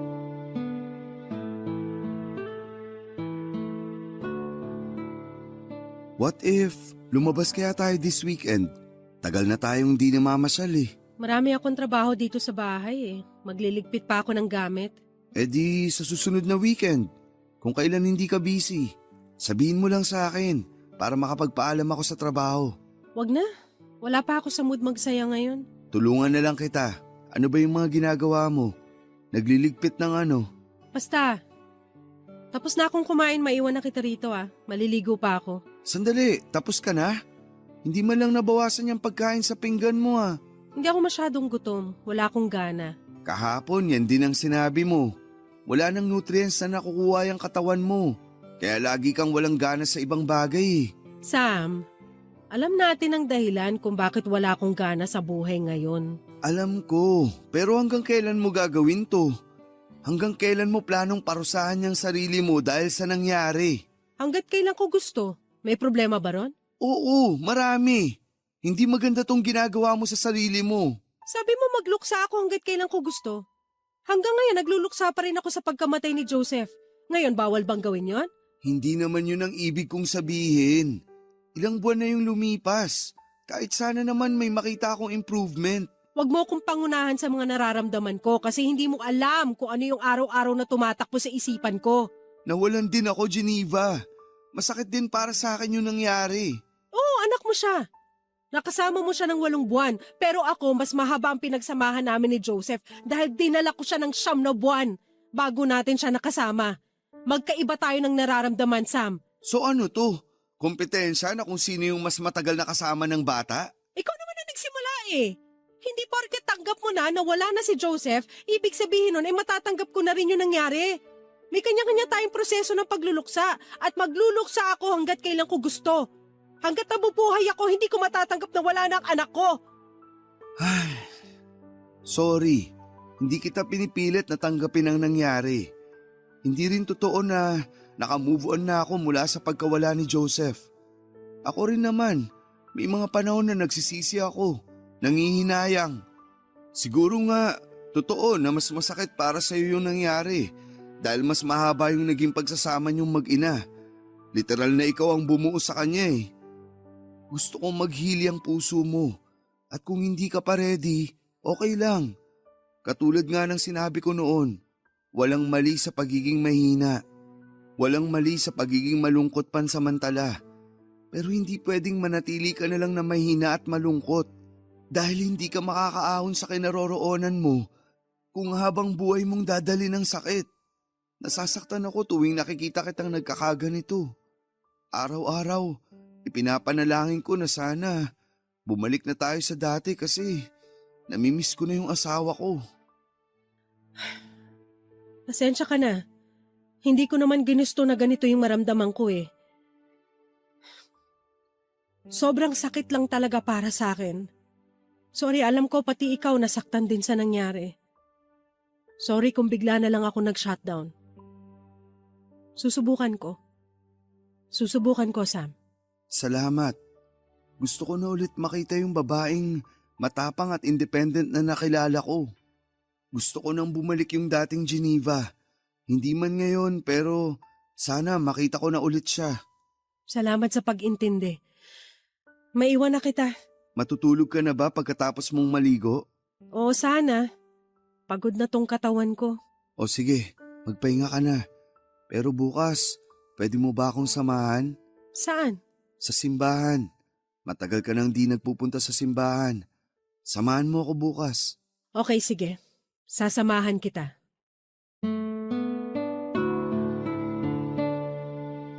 Ganun na nga po ang ginawa namin ni Geneva, Papa Dudut. Nagtulungan kami para makabangon mula sa nangyari sa aming pamilya. Pilit naming kinalimutan ang masamang pangyayaring yon sa buhay namin at sinubukan itong ibaon na lamang sa nakaraan sa pamamagitan ng paggawa ng bagong memories. May times na nagkakaroon kami ng relapse, lalo na tuwing may mga importanteng okasyon sa buhay namin at naaalala naming hindi na kami kumpleto. Pero time heals, ika nga nila. Dahil unti-unti ay natanggap din namin ang katotohanan na wala na talaga si Joseph. Nag-focus ako sa trabaho para makalimot samantalang si Geneva naman ay naghanap ng mga bagong pagkakabalahan para maibsan ang kanyang pangungulila. Thankfully ay nagkaroon ng magandang balita sa buhay namin matapos ang mahabang kalungkutan noong nalaman naming buntis si Geneva. Sobrang saya naming pareho dahil nagkaroon kami ng second chance para maging magulang ulit. That time, babae naman ang naging anak namin, Papa Dudut, at pinangalanan namin itong Lorraine. Sa pagkakataong yon, ay doble-doble na ang ginawa naming pag-iingat para sa pangalawang anak namin. In-spoil namin siya sa lahat ng bagay, ginawa namin ang lahat para hindi na maulit pang nangyari kay Joseph. Kaunting kagat lang ng insekto o lamok ay agad naming ginagamot ang bata. Mapaubo man o sipon, sakit ng tiyan at kung ano-ano pang tipikal na sakit ng bata ay nagiging okay na kami pagdating doon dahil ayaw na naming maulit pa ang nangyari noon. Sa kabutihang palad ay napalaki naman naming maayos na bata si Lorene sa sumunod na 9 na taon, Papa Dudut.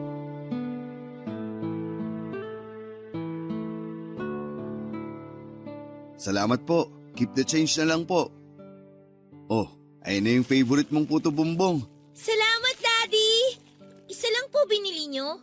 Wala po kayong binili para sa inyo ni Mami? Sa susunod na lang. Busog pa ang daddy mo eh. Ako naman pass muna kasi kumain na ako niyan kahapon. Ikaw hindi ka ba nagsasawa dyan? Araw-araw ka nang kumakain yan ah. Mamaya maging kakulay mo na yung puto bongbong. Sige ka. Never po ako magsasawa sa puto bongbong. Ito na po yung best food sa buong mundo. Ay sus, basta talaga simbang gabi. Automatic nang may kasamang puto bumbong no.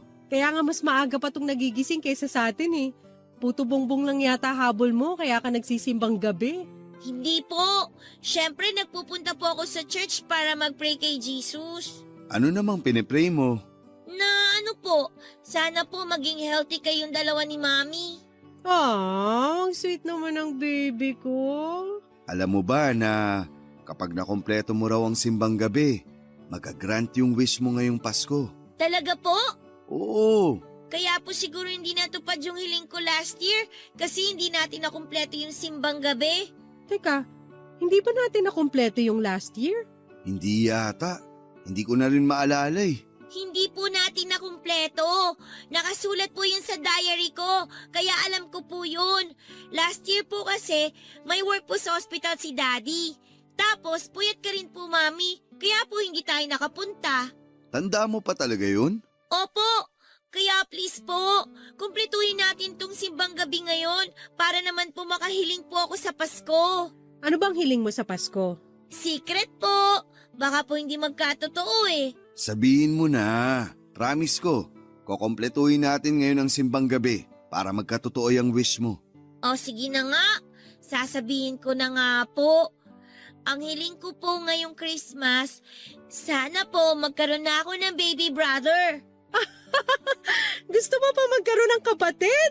Opo, palagi ko po yung pinagpe-pray bago ako matulog eh. Ayaw mo bang maging only child? Para ikaw lang ang princess namin? Gusto ko po nang may kalaro ako eh. Ang boring po sa bahay kapag pareho kayong busy ni Mami. Hayaan mo, ako na lang magiging playmate mo. Ayoko po. Gusto ko po baby brother. Lagot ka, gusto pa raw ng isa oh. Kasalanan mo to eh. Sinabi mo pa kasi na kailangang humiling kapag nakumpleto yung simbang gabi. Napasubo tuloy tayo. Hindi ko naman alam na kapatid pala ang gusto nito. Kala ko, laruan o gadget lang yung wish niya. Para sana magka-idea ako kung anong ireregalo ko sa kanya sa Pasko eh. Paano ko ibabalot yung baby niyan? Paano ka makakabuo ng baby na aabot sa Pasko? Yun ang problema. Eh di next year na lang. Seryoso ka? Siraulo ka talaga. Bakit? Ayaw mo na ba? Hindi sa ayaw. Ang tanong, kaya ko pa ba? Magpo-42 na ako next year. Hindi na kaya ng katawan ko magkaanak ulit. Ikaw na lang kung gusto mo. Eh kung pwede lang sanang magbuntis ang lalaki. Ako na lang yung magbubuntis. Daddy, Mami, naririnig ko po kayo. Okay lang naman po kung hindi na ako pwedeng magkaroon ng kapatid. Bigyan niyo na lang po ako ng tablet. O ayan, narinig mo, humihirit. Tablet daw. Tignan natin kung makakapunta si Santa sa atin ngayong Pasko. Baka bigyan kanya ng tablet. Pwede rin pong papi para naman po meron akong kalaro. Mas maganda nga yun. Matagal ko na rin gusto magkaroon ng aso. O sige, mag-a-adapt tayo ng papi in one condition. Ano po yun? Need mong makumpleto ang simbang gabi, okay? Oo naman po! Wala pong problema yon. Basta ba hindi kayo masyadong busy ni Mami eh. Para po may kasama akong pumunta sa church. Yun naman pala eh. No problem yan. O siya, umuwi na tayo. May pasok pa ang daddy mo mamaya.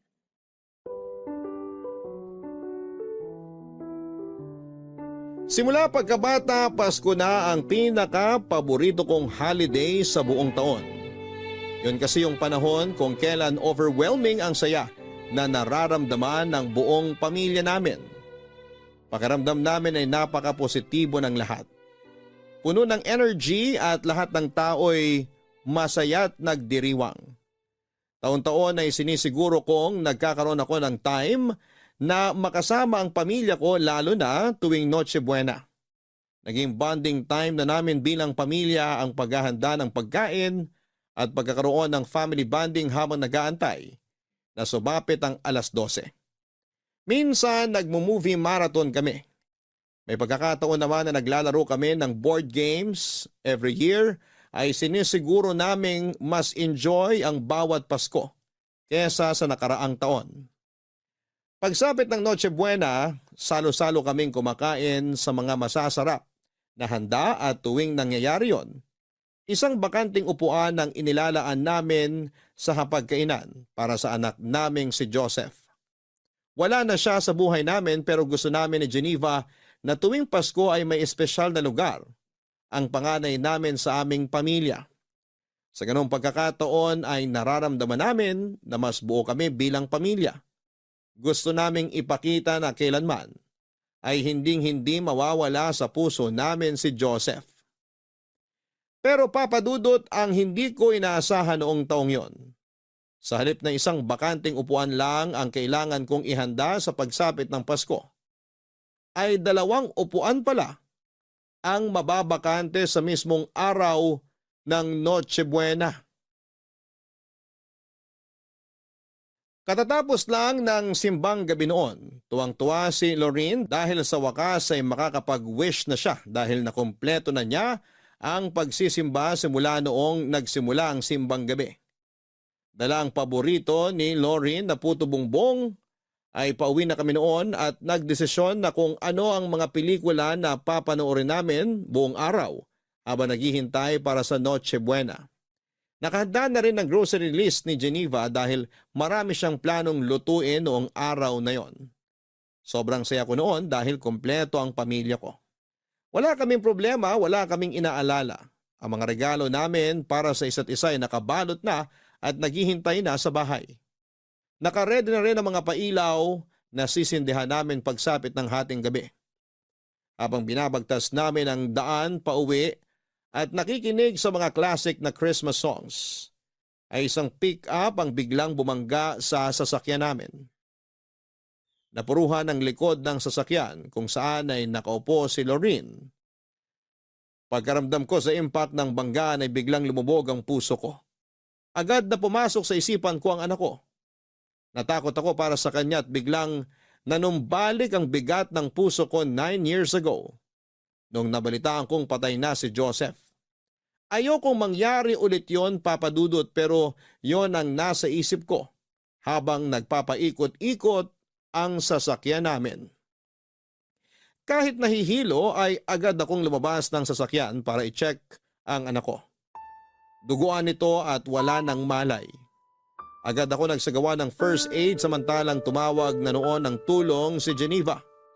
Mabilis kaming nakarating sa ospital at doon ay agad na binigyang lunas ang anak namin. Sam, okay ka na ba? Oo, na-dislocate lang tong braso ko pero hindi na kailangang operahan. Mabuti naman. Ikaw, okay ka lang ba? Wala ka bang sugat? Wala, may ilang galos at pasalang ako. Malaking tulong yung suot kong seatbelt kaya hindi ako napuruhan. Salamat sa Diyos at okay ka lang. Si Lorraine? Wala pa siyang malay. Natahi na yung sugat niya sa braso. Tinamaan siya ng bubog eh. Kinukunan na siya ng CT scan ngayon para malaman kung may internal damage ba siya. Diyos ko, bakit ba ito nangyari kung kailan magpapasko? Kasalanan ko to eh. Aksidente yung nangyari at wala kang kasalanan dun. Huwag mong sisihin ang sarili mo. Maayos na naging pagpapatakbo mo ng sasakyan. Kung may kailangan managot, dapat yung pick-up yun. Hindi nagminor sa intersection yung driver eh. Ano palang balita tungkol dun? Kumusta yung mga sakay ng kabilang sasakyan? Wala naman daw napuruhan sa kanila.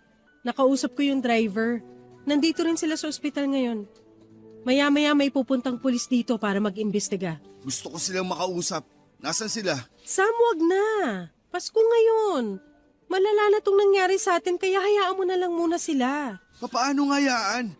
Hanggang ngayon wala pang maalay ang anak natin dahil sa kanila. Nasira raw yung brake ng sasakyan nila. Nakausap ko na. Humihingi na sila ng tawad sa nangyari. Tutulong naman daw sila sa mga gastos natin dito sa ospital. Hindi nila tayo tatakbuhan. Dapat lang. Kapag may nangyari talaga kay Lorin, pananagutin ko sila. Walang mangyayaring masama kay Lorin. Magtiwala ka lang sa Diyos. Sabihan mo ako kapag nandito na yung mga pulis. Gusto ko magsampa ng kaso sa mga bumangga sa atin. Reckless driving yun. Sam, wag mo na munang isipin yan. Mag-focus na lang muna tayo kay Lorin. Hindi maganda na galit at sama ng loob yung nananaig sa emosyon natin ngayon. Ang kailangan natin, kumalma, okay? Huminahon ka muna. Dapat nasa bahay na tayo ngayon eh. Dapat nagpe-prepare na tayo para sa Noche Buena. Hindi dapat tayo nandito ngayon. Wala na tayong ibang magagawa kundi harapin kung ano man tong nangyayari sa atin ngayon. Kapag bumalik na si Lorin, pwede naman nating dalhin yung handa natin dito, di ba? Dito tayo mag-celebrate ng Pasko. Paano tayo makakapag-celebrate kung ganito ang estado natin ngayon? Kung gusto, may paraan. Pwedeng-pwede tayo mag-celebrate kahit ganito ang nangyari sa atin. Pero paano kung may Huwag masamang... mong isipin yan. Walang mangyayaring masama kay Lorin, okay? Makakaligtas siya.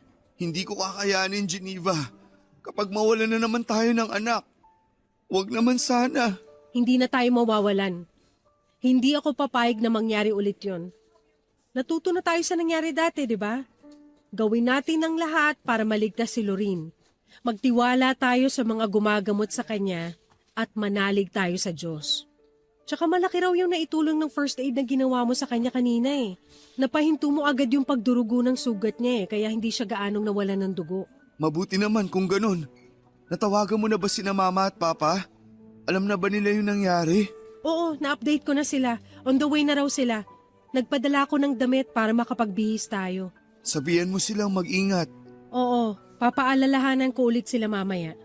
Halika na, pumunta na lang muna tayo sa kwarto ni Lorin. Doon na tayo maghintay. Sige, ikaw, wala bang masakit sa'yo? Magpacheck ka muna kaya. Okay lang ako, walang masakit sa akin. Sure ka? Oo, na-check mo na ako kanina, di ba? Gusto ko lang makasiguro. Huwag mo na akong alalahanin. Okay na okay ako. Nang gabing yon ay sa ospital na kami nag-celebrate ng Pasko. Malaki pa rin ang pasasalamat ko dahil kahit sugatan ay kumpleto at safe na ang pamilya ko. Labis-labis ang pasasalamat ko sa Panginoon noon dahil okay ang anak ko. At hindi ito nagkaroon ng internal injury na unang ikinabahala ko, Papa Dudut. Akala ko talaga noon ay mawawalan na naman ako ng anak. Kapag nangyari yon ay hindi ko na talaga kakayanin. At baka mabaliw na lamang ako. Habang nagpapahinga sa ospital ay bigla akong ginising ni Geneva kakatapos lang noon ng kasiyahan matapos mag-celebrate ng Pasko ang lahat. Mag-uumaga na noong sabihan ako ni Geneva na hindi maganda ang pakiramdam niya. Bigla na lang itong nagsusuka. Masakit daw ang ulo niya at nahihilo siya. Saka lang nag-sink in sa akin ang isang realisasyon. Sa sobrang pag-aalala ko kay Lorin ay hindi ko na-check ang asawa ko pagkatapos ng aksidente. Wala din naman kasi siyang anumang matinding sugat na tinamo maliban sa mga pasa at galos. Sa katunayan ay siya pa ang nagbantay sa amin habang pareho kaming ginagamot ng mga doktor ni Lorin. Akala ko ay okay lang ang asawa ko. Pero noong nalaman kong may masama itong nararamdaman, ay agad akong nagpatawag ng nurse. Bago pa man sila makarating ay nawala na ng malay si Geneva at nag-seizure na siya, Papa Dudut. Agad siyang tinignan ng doktor at makaraan ng ilang oras ay dumating sa akin ang balitang wala na ang asawa ko. Nagkaroon daw siya ng internal bleeding sa utak at huli na ang lahat. Ayon sa doktor ay hindi siguro agad naramdaman ni Geneva na may dinadamdam siyang sakit dahil na rin sa adrenaline at sobrang pag-aalala para sa amin ng anak ko. Papa Dudut, muling gumuho ang mundo ko ng araw na yon. Kung kailan Pasko ay muling nalagasan na naman ang pamilya namin, Papa Dudut. Simula noon ay nag-iba na ang tingin ko sa Pasko.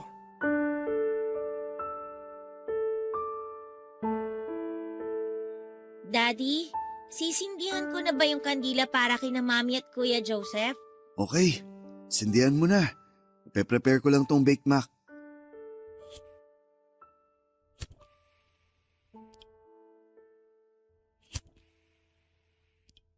Ayan, nasindihan ko na. Wow! Ang bango naman itong kandila. Scented candle yan. Favorite scent yan ng mami mo. Lavender. Tapos ano naman po itong kay Kuya Joseph? Ano ba? Hindi ko na maalala eh. Ano bang nakalagay dyan? Sandali lang po, check ko. Baby powder po ang nakalagay eh. Oo. Baby powder nga. Ano, amoy baby ba? Parang medyo sweet siya, Daddy. Parang amoy ng cologne. Talaga ba? Opo. Daddy, tulungan ko na po kayo dyan. Ano po bang pwede kong ayusin? Ilagay mo na yung mga plato sa table. 4 lahat yan ha. Okay po. Akin na lang tong reindeer na plato. Tapos sa inyo naman po yung may Santa Claus. Tapos para kay Mami naman tong plate na may snowman.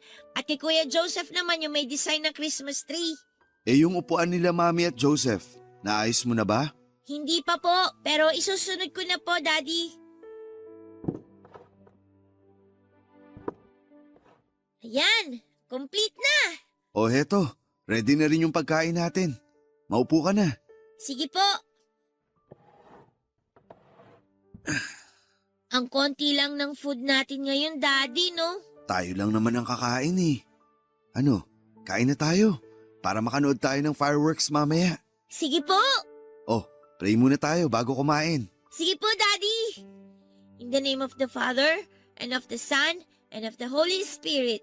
Amen. Panginoong Diyos, maraming salamat po sa biyaya ng buhay at sa mga pagkaing ipinagkaloob ninyo sa amin. Sa gabing ito ng bisperas ng Pasko, kami po'y nagpapasalamat sa pagdiriwang ng pagdating ng aming tagapagligtas, si Jesus. Naway maging daan ang aming pagtitipon para magkaisa sa pagmamahal, pagkakaisa at pagpapatawad. Pagpalain po ninyo ang aming pagkain at ang bawat isa sa amin.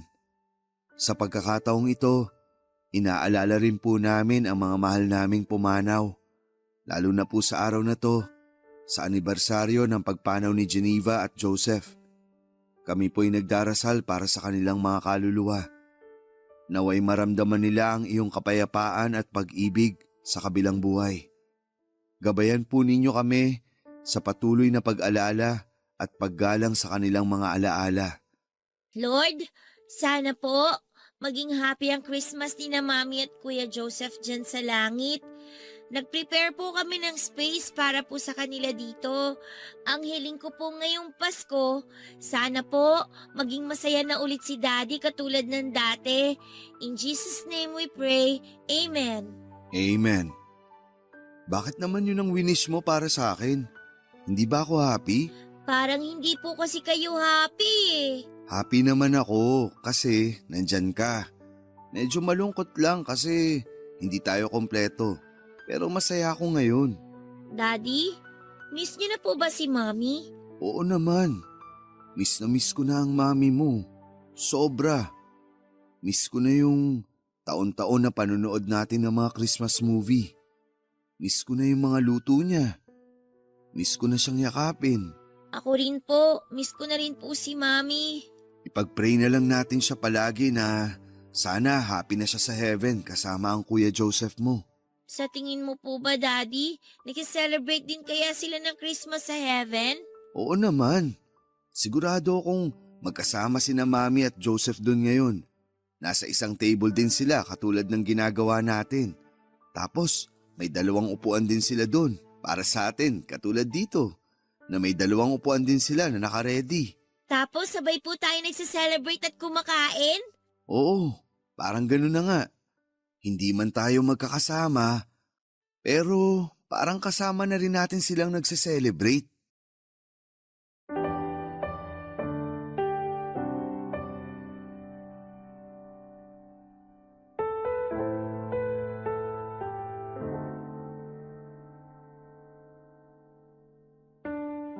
Taon-taon, gano'n na po ang naging tradisyon namin ng anak ko. Lagi kami naglalagay ng 2 bakanting upuan sa hapagkainan tuwing Pasko para maging buo ang pakiramdam naming mag-ama. Weird man para sa iba pero yun na rin ang tanging naisip namin para makaiwas sa kalungkutan na maaari naming maramdaman sa pinakaimportanteng araw sa buhay namin. Nakakalungkot man na 2 death anniversary ang taon-taon naming inaalala tuwing Pasko, pero sinisiguro naman namin ng anak ko na kapag nagdiriwang kami ng Kapaskuhan ay walang lugar ang kalungkutan sa puso namin sa mga oras na yon. Papadudot, hindi na po ako nakapag-asawang muli at kung ako ang tatanungin ninyo ay wala na akong planong mag-asawa pa. Ang pag-ibig ko ay para kay Geneva ay mananatili na sa puso ko habang buhay at hindi ko na ma-imagine pa na ibigay ito sa ibang babae. Kung meron man akong pagbibigyan nito ay walang iba kundi para na lamang sa anak kong si Lorene. Marami pa kaming pagdadaan ng dalawa at pinapangako ko sa anak ko na ibibigay ko ang lahat ng makakaya ko para masuportahan siya sa bawat desisyong gagawin niya sa kanyang buhay. Papadudot, dito ko na po tinatapos ang istorya ko. Merry Christmas po sa inyong lahat. Sana ipagpalaing kayo ng Diyos. At ang hiling ko ay tumagal pa ang inyong programa at magpatuloy ito sa pagbibigay ng inspirasyon sa lahat ng mga Pilipino. Mabuhay po kayong lahat at sa lahat ng bumubuo ng Barangay Love Stories at Barangay LS. Paalam at maraming salamat. Ang inyong forever kapuso at kabarangay, Sam. Gone but never forgotten. Yan ang lagi nating sinasabi sa lahat ng mga mahal natin sa buhay na namayapa na dahil totoo naman na hindi sila mawawala sa puso't isipan natin.